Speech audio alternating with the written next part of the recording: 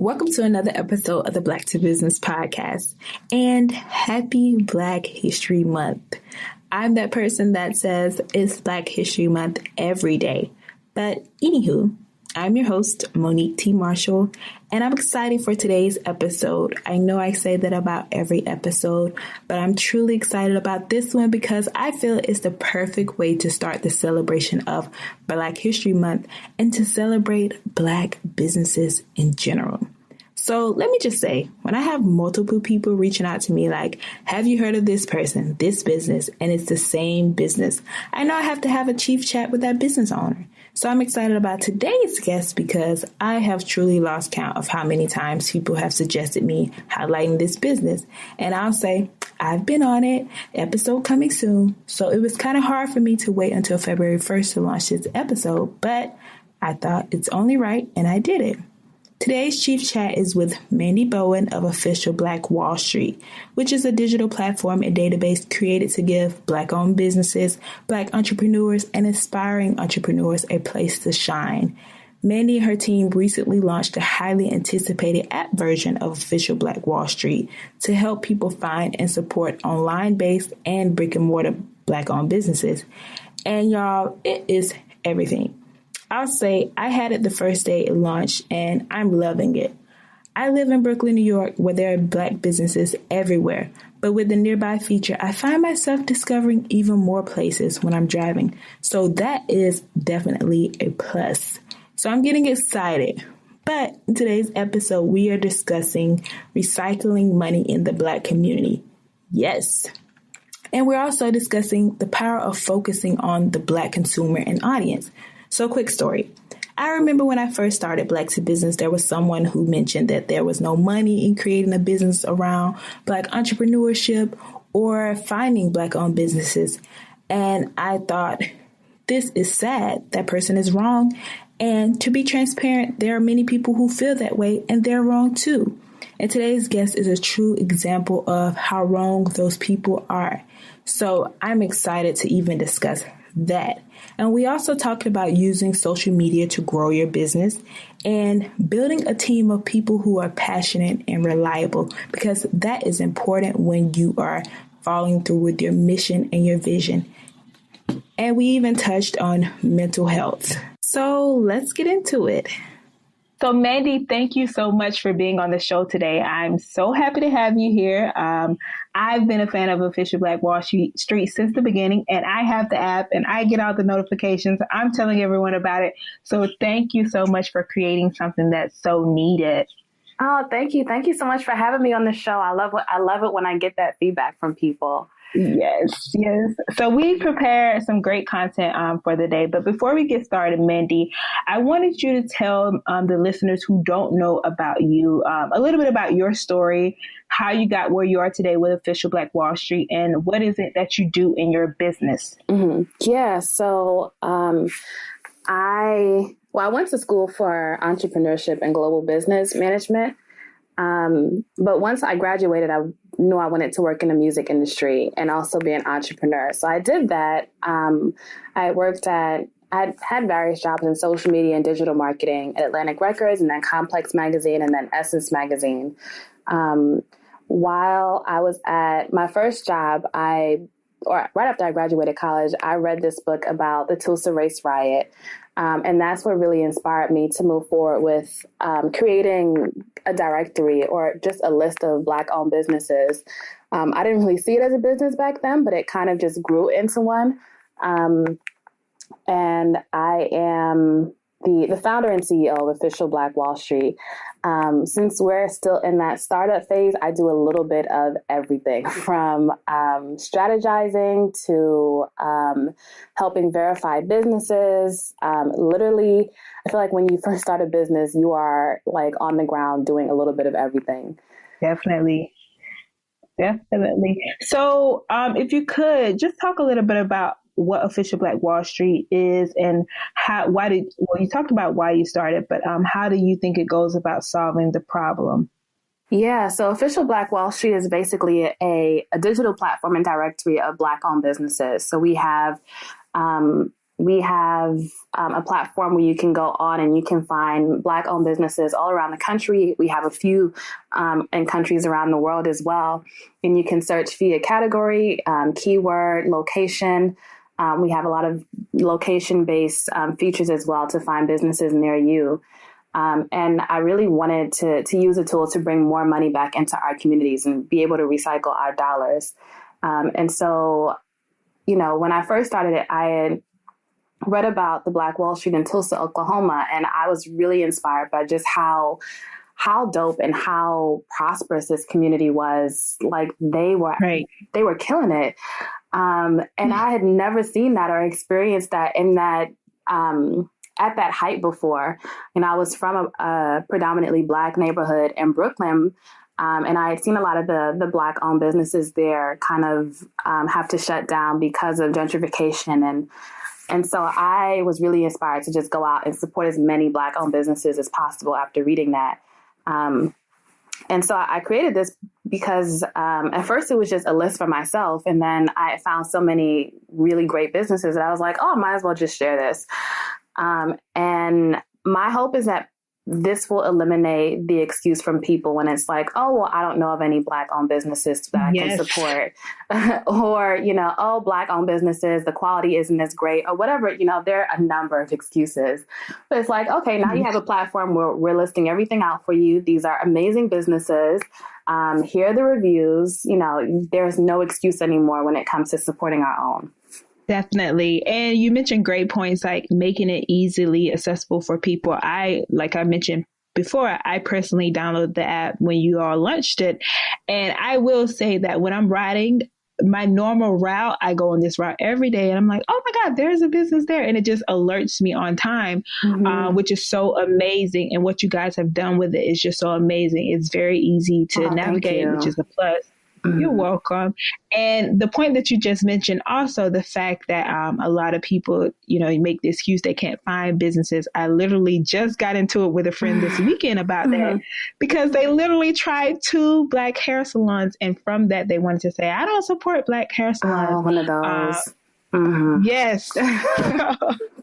So I'm directing them to you. So thank you so much for sharing, why you started and what you all are doing.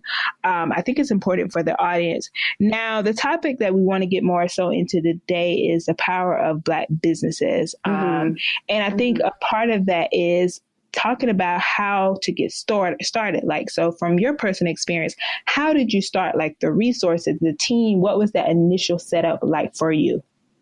So when I first started, it was just me doing it for a few years. So I had started, a few years ago. And like I said before, I didn't think of this becoming a business. I just wanted to create a tool and, have people use it. So it was just me. And then last year I launched a Kickstarter.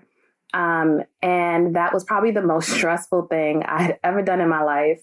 From there, I was like, okay, there's no way that I can, things were growing and it was like, all right, this is becoming more of a business. There's no way that I can continue doing this by myself.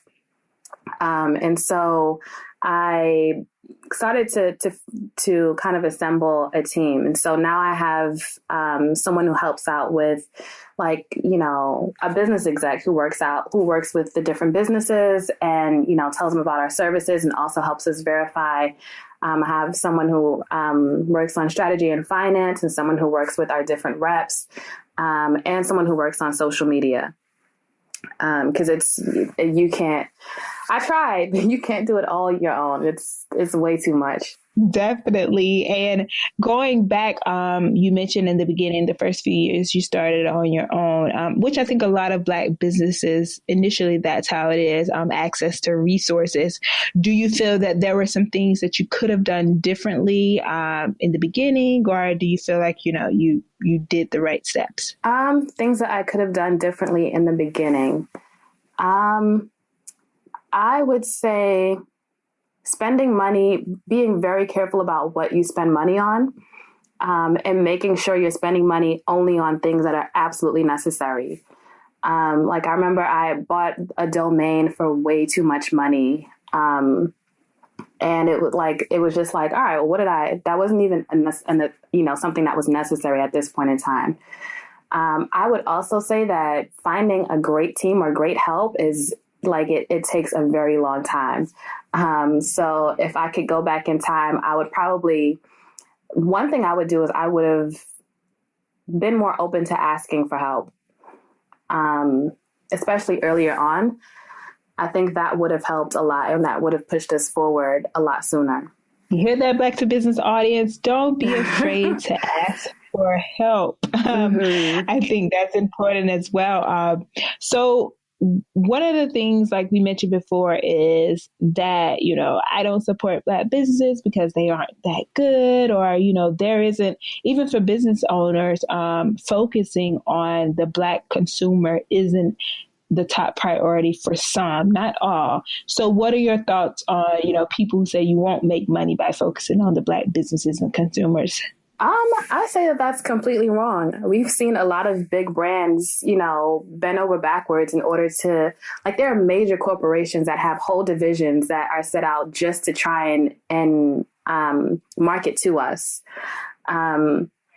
So I would say that, there are major corporations that know how big our buying power is. We should know at this point as well. And so I would say that, you're missing out if you're not targeting a Black audience at this point in time, at least from what we've seen with other companies. Yeah. And the stats that show we have like this $1.2 trillion buying power. So I'd say that, that's probably the opposite of what we should, be looking into. Definitely. I agree.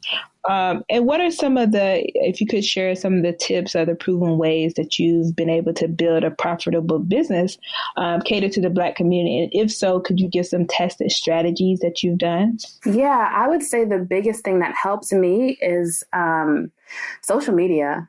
And I guess having a background that is in digital marketing. So our biggest push for everything has come from online. And one thing that I've been trying to tell other people is that you have to make sure that your online presence is on point. So I would say that has been really helpful for me. And also understanding exactly who you're targeting, not just, it's Black people, but like specifically what that person looks like, what they eat, what they might eat. Do they have a pet or not? Those type of things are really, really helpful, especially when it comes to spending ad dollars and, targeting your specific audience. And you mentioned the power of the social media. So how has, social media been powerful for Official Black Wall Street? Like, what are some of the, because I've seen you guys grow pretty fast. And how do you think that you were able to do that? Honestly, I think timing worked out really well for us. This is, it's really unfortunate, but there's always this uptick whenever there's something horrible that happens in the media. And through those things, we've been there. We've been kind of promoting the word of buying Black and using our money to protest different things. So I would say that I hate to say that helps, but that's been something that I've noticed when it comes to growing. I would also say that being consistent helped a lot. And also, utilizing hashtags and figuring out what content your audience likes. In the beginning, it was a lot of trial and error, still a lot of trial and error, just to figure out what people gravitate to. If it's, do they actually read captions, which is usually no, across the board.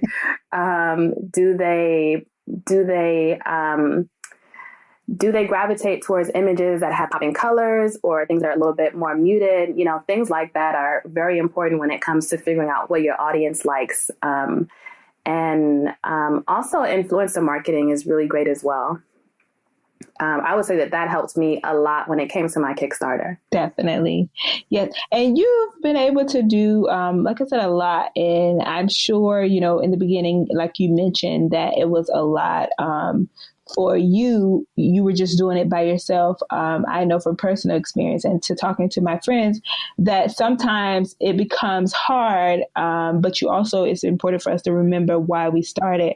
What are some ways that in the midst of all that you find those times to unwind, or you deal with the mental being of entrepreneurship? So that one is really, really big for me, and I'm still learning. It wasn't, so I quit my job, my full-time job earlier this year. And I was like, all right, well, I'll have extra time and, everything will be great. And it was being an entrepreneur. You're pursuing something that you love, but you're also working a lot more hours than you ever would in your life. And so for me, finding a balance between work and I've always been big on work-life balance when I was employed by somebody else. And that kind of fell to the wayside when I became a full-time entrepreneur, and it was like, okay, work, as much as possible. And so for me, it's been, I'd say it's been a struggle to kind of find the balance and figure out how to take time for me. And I'm still trying to figure that out and what that looks like, especially because, things kind of took off now that the app has launched. But I'm starting to get into at least taking one day where I can check my emails in the morning, but after that, I can go ahead and pamper myself. And, if I just want to lay back and binge watch something on Netflix, then I can do that. And I have to make sure that it's guilt-free. Because I've done that before too. And the next day I'm like, oh my God, I could have been doing this. I could have been doing that. So yeah, definitely taking a me day is very important. You mentioned a great point. I'm sure a lot of people can relate to is winding down and not feeling guilty for doing so. Yes, that's important. And you talk about, which is something I do want to get into, is transitioning into entrepreneurship full time.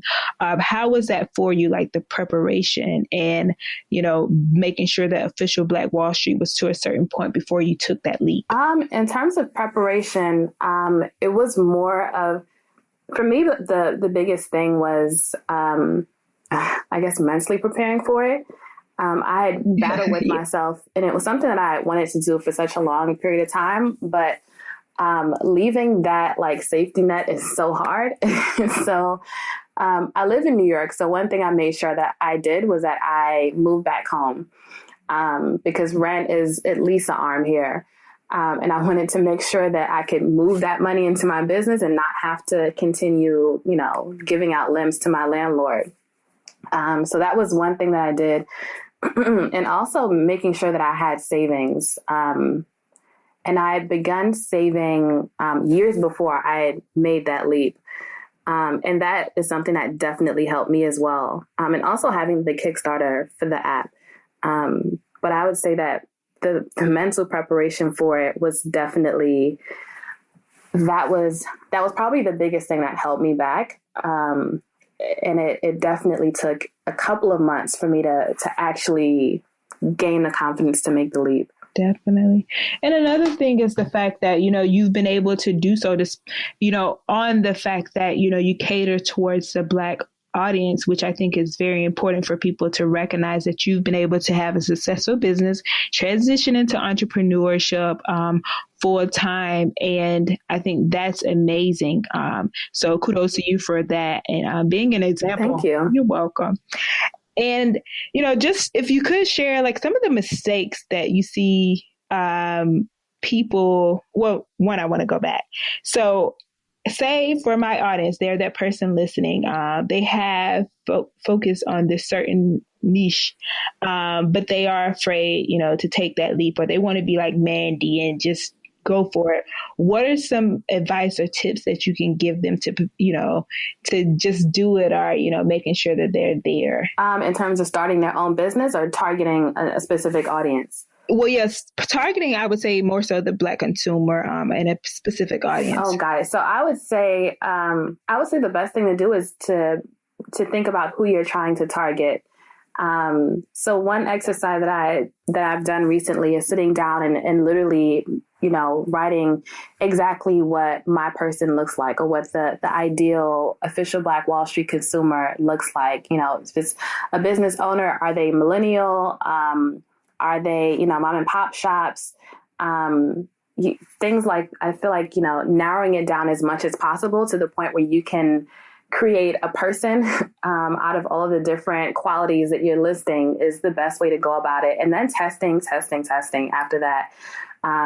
Because you might start and then realize that the target audience that you had in mind isn't the specific target audience that is, being drawn to your business.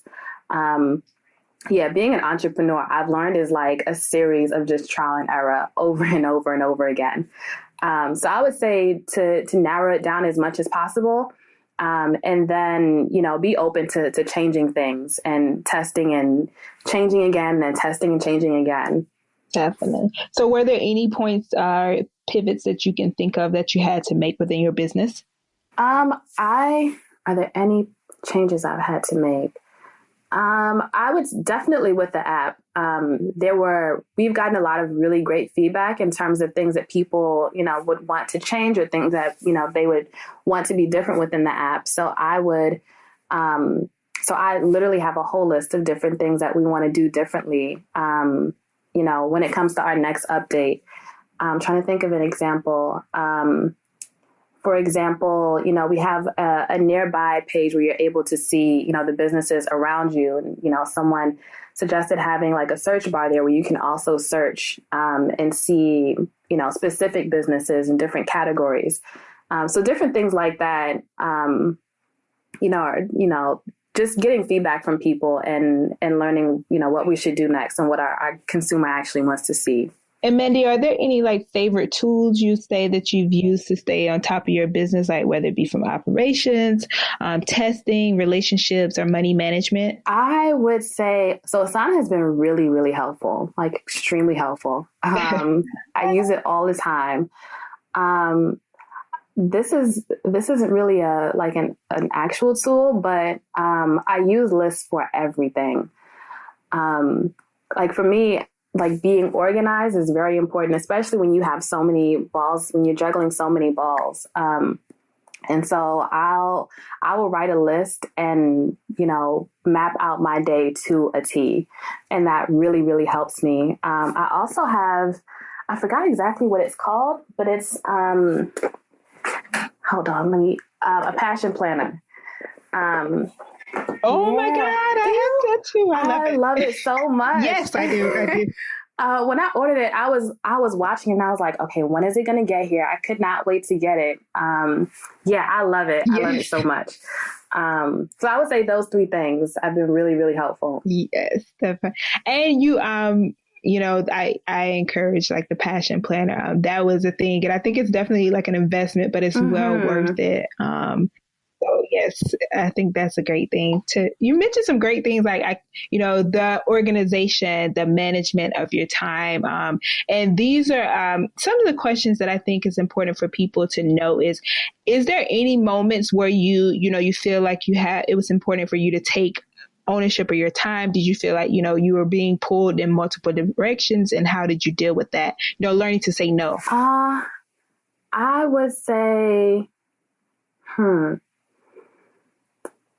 I would say when we were launching when I was doing the Kickstarter, that was definitely a time when I was being pulled in many different directions. Because I had also just started my job at Essence Magazine. And I was the only person working on official Black Wall Street. So it's you're taking care of the day-to-day admin stuff and also approving businesses and then also, crowdfunding. And there's so much that goes into crowdfunding that I didn't know of before. But then, like what? Stress. There's lots of stress that goes.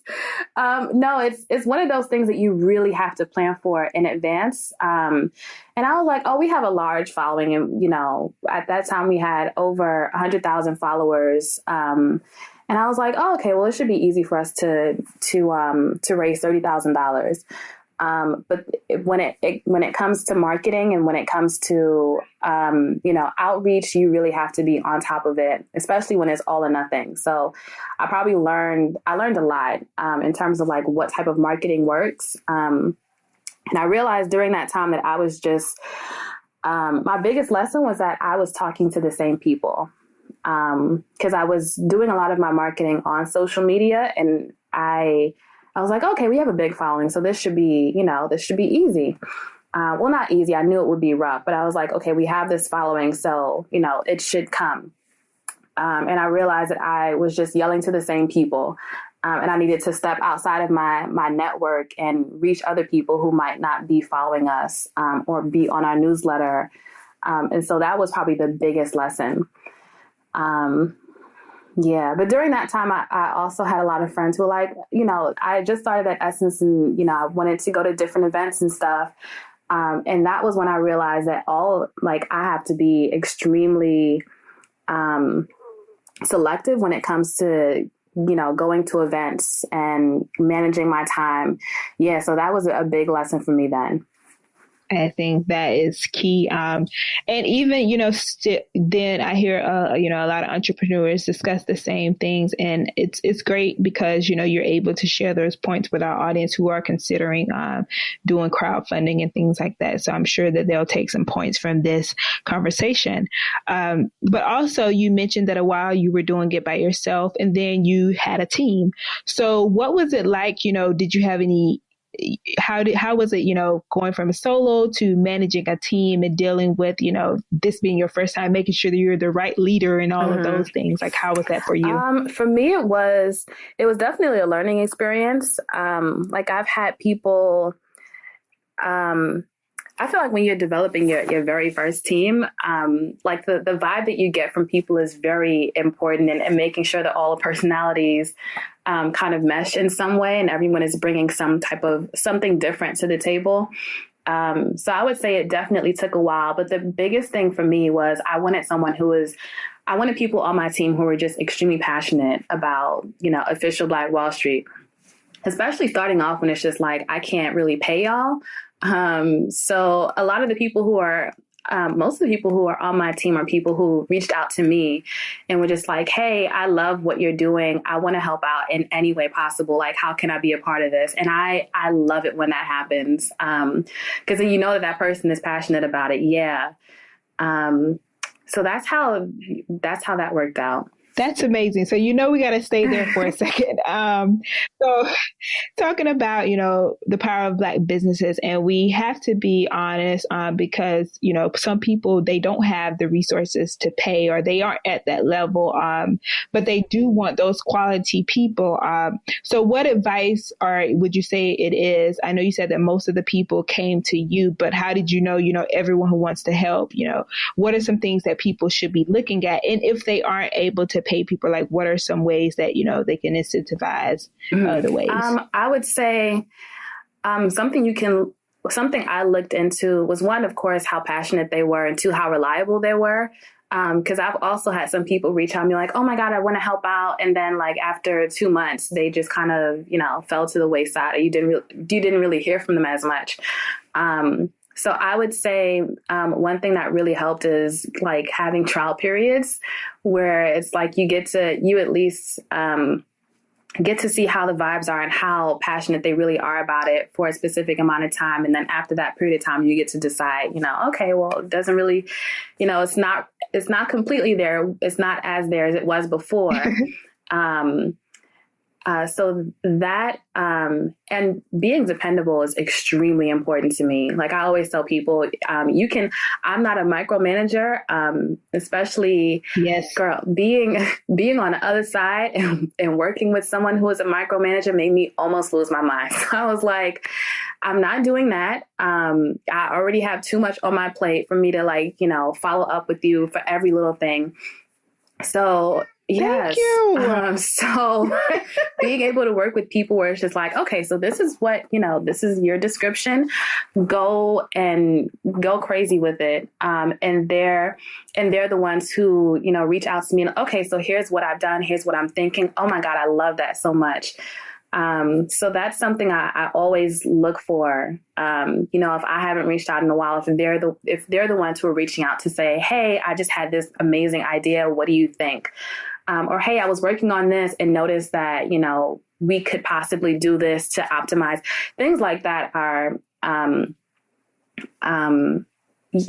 things like that are definitely amazing, and they're very telling.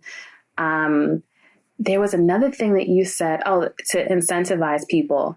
So for me, the biggest thing was being able to offer exposure. So, for example, in the very, very beginning, we had city reps. And so for me, it was just like, all right, well, I literally cannot pay you because I don't have the money. But what we can offer you is, we can, whatever you put your name on, we can offer you that exposure, and we can make sure that your name is on it. And then small things like, sending them products every once in a while from Black-owned businesses,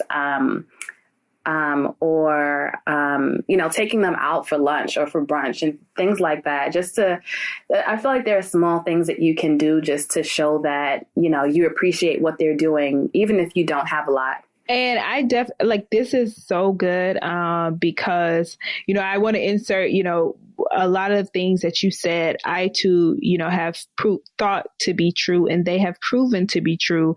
The fact that you said like the trial period, it's when you go through these things, you say, the trial period works best because it's not fun, you always want to think you made the right decision in choosing someone to join your team. So it's those unfortunate events when you have to let someone go or you have to have that talk, this may not be the best fit. So to, have those trial periods, like you mentioned, I think is great. And also the fact, like you mentioned, the fact that you were in, working for someone and it was micromanaging. No one likes to be micromanaged and are a micromanager. And I think the great things that you did mention is the fact that it seems that you're transparent with people from the beginning. And I think that's what's important. Even for me, I'm very transparent. And I say, I'm not a hand holder. I'm not going to always be on your back. And like you said, when people come to you and say, I was thinking of this, like, guys, you have no idea how that makes someone who's running a business is less stressful. It just alleviates so much. So yes, be an asset, be innovative. All of those things is important. So I think that is amazing points, Mandy. And the last thing I want to kind of get into is, we talked about the power of Black businesses. If you could touch on, profitability, like how can people, make money? And, are those situations where you're saying, I expect to be paid this, or we're worth this, or, saying no to those things that are not in alignment with your brand? Yeah. So one thing that I read that was interesting was I'm a part of one of the Facebook groups I'm a part of with, a bunch of different entrepreneurs. There was one woman who said that, everyone's not going to be able to afford me, and that's okay. And I was like, okay, interesting. Because I was really worried about, that part of it, because you want to build a viable business, but you also want to be able to meet people where they are. And so seeing that and seeing it over and over from different people was kind of confirmation for me that, you have to know what your value is and what your worth is and stick to it. Right. It also helped to see, like, I had spoken to other entrepreneurs and they were like, yeah, my biggest drawback with my business was in the beginning, dropping my price in order to gain more sales. And they're like, that was probably the worst thing I'd ever done. And I was like, oh, that's really insightful. But I think that was probably the biggest lesson I learned. When it comes to profitability, just know exactly what you're worth and know that the biggest thing that you have to worry about is making sure you convey your worth to people. Because people will pay your price and beyond as long as they know that they're getting something great in return for it. Whether it be your service or your products, and making sure that your presentation reflects your pricing. That was something that was really big for me, especially when it came to the app and the website, just making sure that everything was as sleek and professional looking as possible, because we're representing all these different Black-owned businesses, of course. So I think that was definitely a big thing for me. Not sure if I answered your question, but hopefully that touched on it. Okay. You did. And, I have to dive because that's what I do. And you're allowed to share as much as, or as less as you would like. But, how in the beginning was, Official Black Wall Street, or now, even if you want to say, share how you guys, some ways you're profitable. You don't have to tell all your business. So in the beginning, it was mostly through advertising. Still through advertising, but also we have a subscription-based model. I got questions from people all the time who were like, okay, like, how can I advertise? Social media is one thing, but how can I advertise on your platform? And so we built these, we have these different, for any business owner who wants to sign up, there are different subscription levels. Where you can gain more exposure through the app, whether it be, if you sign up for one level, you'll get, a homepage feature. You'll be on our featured business list, or you'll show up first in search results whenever someone searches for something in your category and location. Right. Or you'll show up on competitor listings for other businesses that are in your area in the same category. So we have a subscription-based model and also advertising. And Mandy, I want to say, what are some, because I've seen where, you talk about make sure your message is clear. And that's one of the things with Black to Business. Also, we have to make sure. But I think that, learning to say no to certain things. But there are many platforms not many, but there are some platforms that I see that are coming out and they're doing something similar. And some of them may, sustain, and some of them may not. What do you think are the things that has led to Official Black Wall Street being that go-to and being successful in the directory phase of Black businesses? I would say being consistent was a big one. Like you said, I had seen many of them that started around the same time that we did, but they weren't as they weren't as consistent when it came to one, updating, and two, just being present. I think being present and making sure that people know that you're still there and still, alive and working is something that's really important, because then people trust you a little bit more. And also, we made sure that we continuously added more businesses to our platform. And so I think that's something that really helps. Right. What else? I would say social media and just our timing in general. Social media is a really, really, really big tool for us. And I think the fact that we started, when the whole Buy Black movement was kind of kicking off, and getting a lot bigger definitely helps. And the fact that we kind of, one thing about me is if I start something, I can't just drop off and, all right, well, that was fun, and stop doing it. So I think the biggest, something that benefited us a lot was just the fact that we stayed on and, we continued to grow our platforms and continue, innovating, and adding new features and adding, new products and, continue being present on social media, especially since that's where people usually go to when they're looking for things of that nature. Right. So I think that's what helped a lot. And what are some of the things, because I know sometimes people think about, what's next, and you're just doing what you're doing now. But, are those some things that you are excited about, or even, in the future, or are there some things that, this is what I want Official Black Wall Street to be known for when people think of Official Black Wall Street? What is that look like definitely. For you? So I definitely, we're constantly updating the app, and so I'm really excited to work on our second version, and actually in the next couple of days, and hopefully have it out, in the new year, at the very beginning of the new year. I definitely want to get into more events. for Black entrepreneurs and just networking purposes.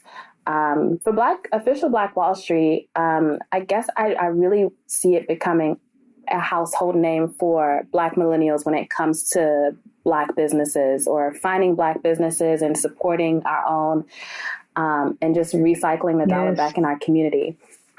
So I feel like I'm always coming up with new ideas and things along that line. But I say that the biggest thing that I'm excited for is just to see the app grow, because we have so many amazing ideas that we want to pack into it. And also, I guess, working with more businesses and more VCs on creating more opportunities for funding.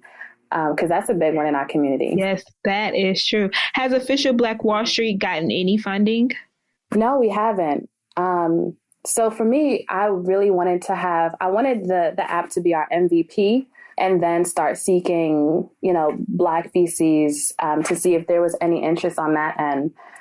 But so far we've been, it was the Kickstarter and then just bootstrapping. I'm loving it.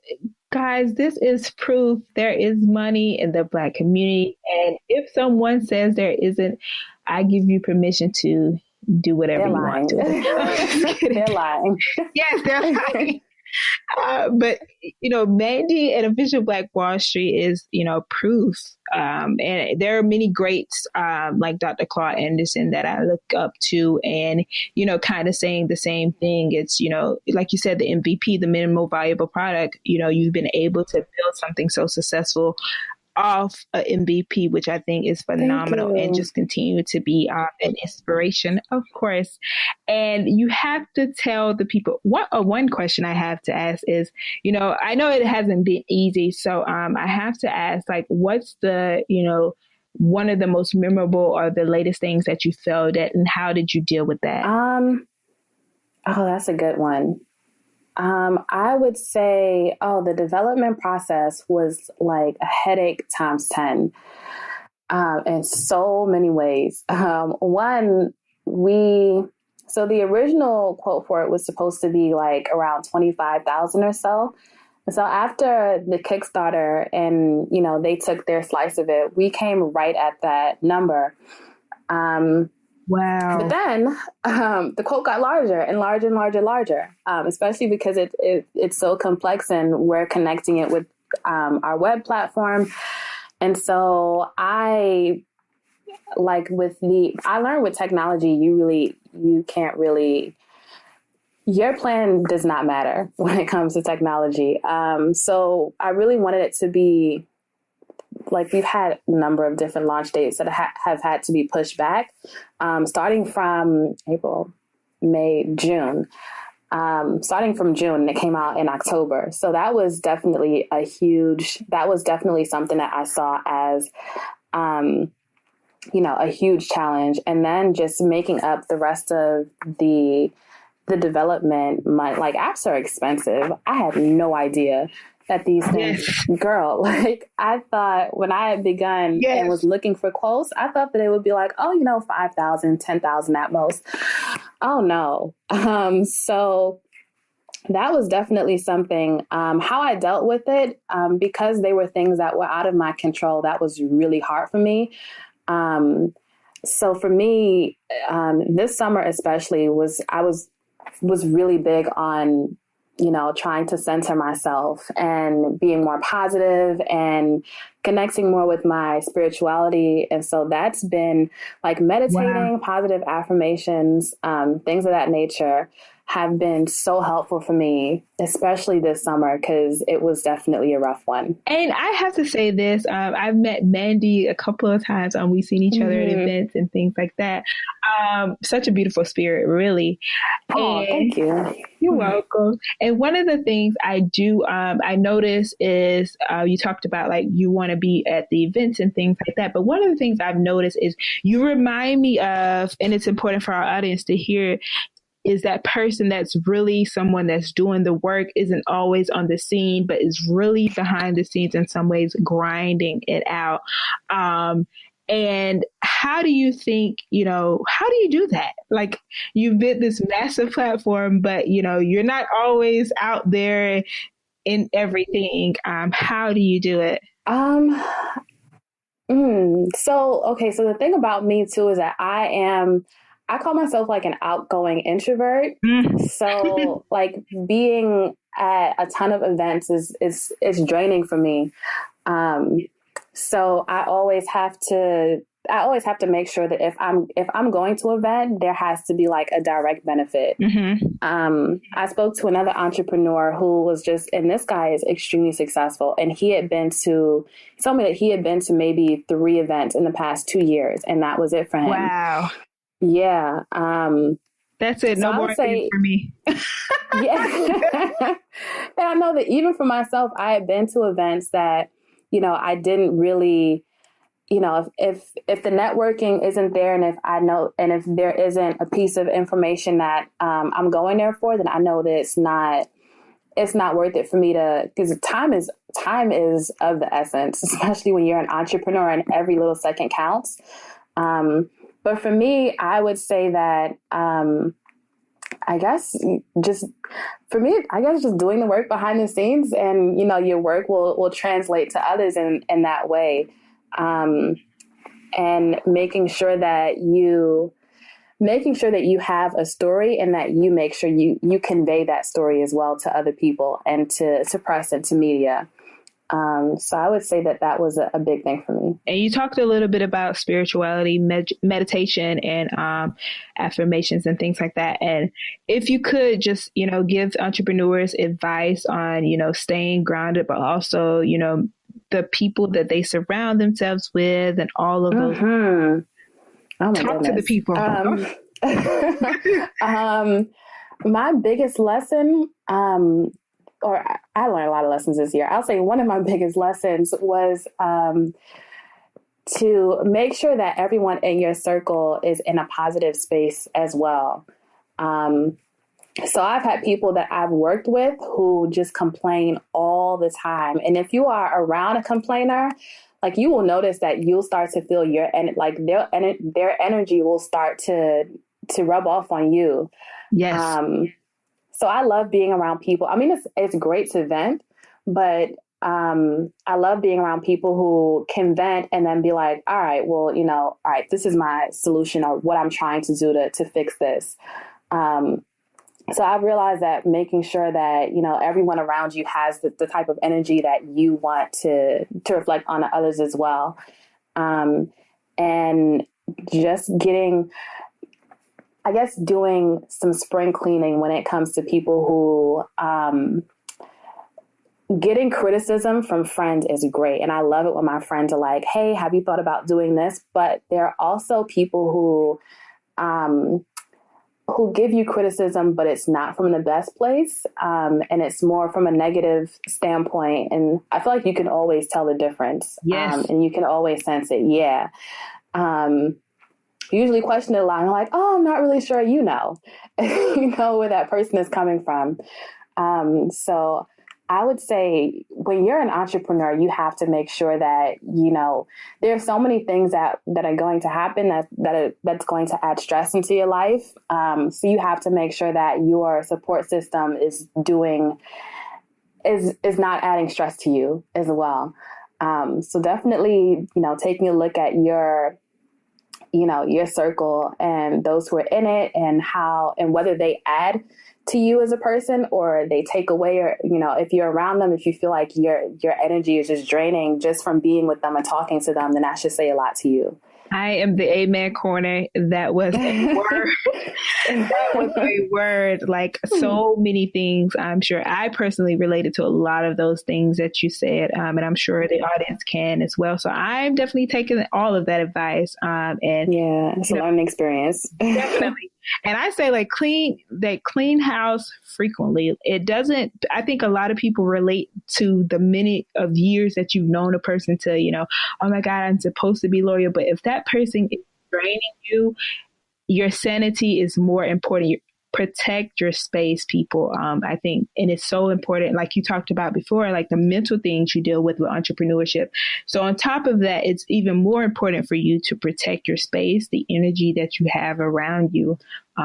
So yes, thank you for that. Yeah. All the serious stuff, it has been amazing. I have to ask a couple of fire questions. So first fire question is, what advice would you give your 23-year-old self? My 23-year-old self, I would tell her know when to let go. Especially when it comes to like relationships and friendships. We always know when something isn't working. So knowing when to let go of different things that don't really serve you, or don't benefit you anymore. And also I would tell her, 23, what was I doing? I would tell her to, probably start looking for people to come on board Official Black Wall Street. Yeah. Also, this is a big one because I did it all the time, and I still do it a little bit now. But I would tell my 23-year-old self to stop overthinking things. Like everything will fall into place. You know, obsessing over it will not help. It will not change any situation. So just let it go. That's good. Okay. Mm-hmm. And the last item you splurged on? Mm-hmm. What was?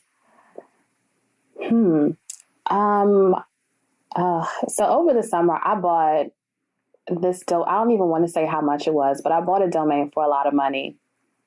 It was over $1,000. Wow. Yeah. You got money. Yeah. I sure don't need more. If I could return it, I sure would. God, yeah. Wow. It was just, to buy, or if just to because I know there are people who collect domain names. I'm one of them myself. Mm-hmm. Okay. Yeah. Yeah, it's crazy. That's another thing I would tell my 23-year-old self. Just buy as many domains as possible, because there are really people who buy them for like $2 and sell it. Mm-hmm. Girl, I've hit some people up about domains and they were like, oh yeah, we're looking for $40,000. Wow. For a $2 domain? Ma'am. No thanks. No way. I can recall my first business idea, and I had went in on that, and that was the only time I ever let a domain expire, and I never got it back. It was around that price to get it back, and I was like, God, never again. So yeah, I'm a collector of domains as well. It's definitely smart. I wish I had that foresight before. Yes. Okay. And your camera roll is full of screenshots. Lots and lots of screenshots. Like of different businesses that I found, like different motivational type of quotes that I found on social media. Yeah, it's a mess. That's a good one. And then two more. Guilty pleasure. My guilty pleasure. I would say Real Housewives of Atlanta. I actually love that show. I mean, Kenya's question mark husband. Yeah, that wedding. was a mess. I'm not too sure about that one. But hopefully this one works out for her.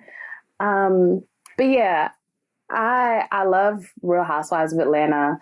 I'm guilty of watching Love and Hip Hop every once in a while.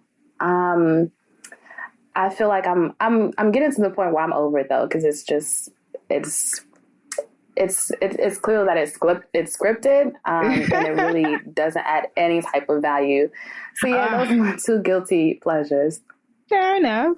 And then lastly, a current song that describes your life. Current song. That is a really good one.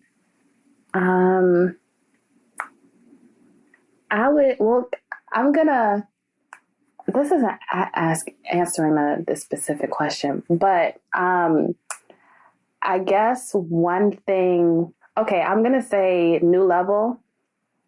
And which one is that? I'm in a New Level? Yeah. I'm trying to figure. Okay, I got you. Okay, ASAP first. I wanted to make sure I was naming the right ASAP.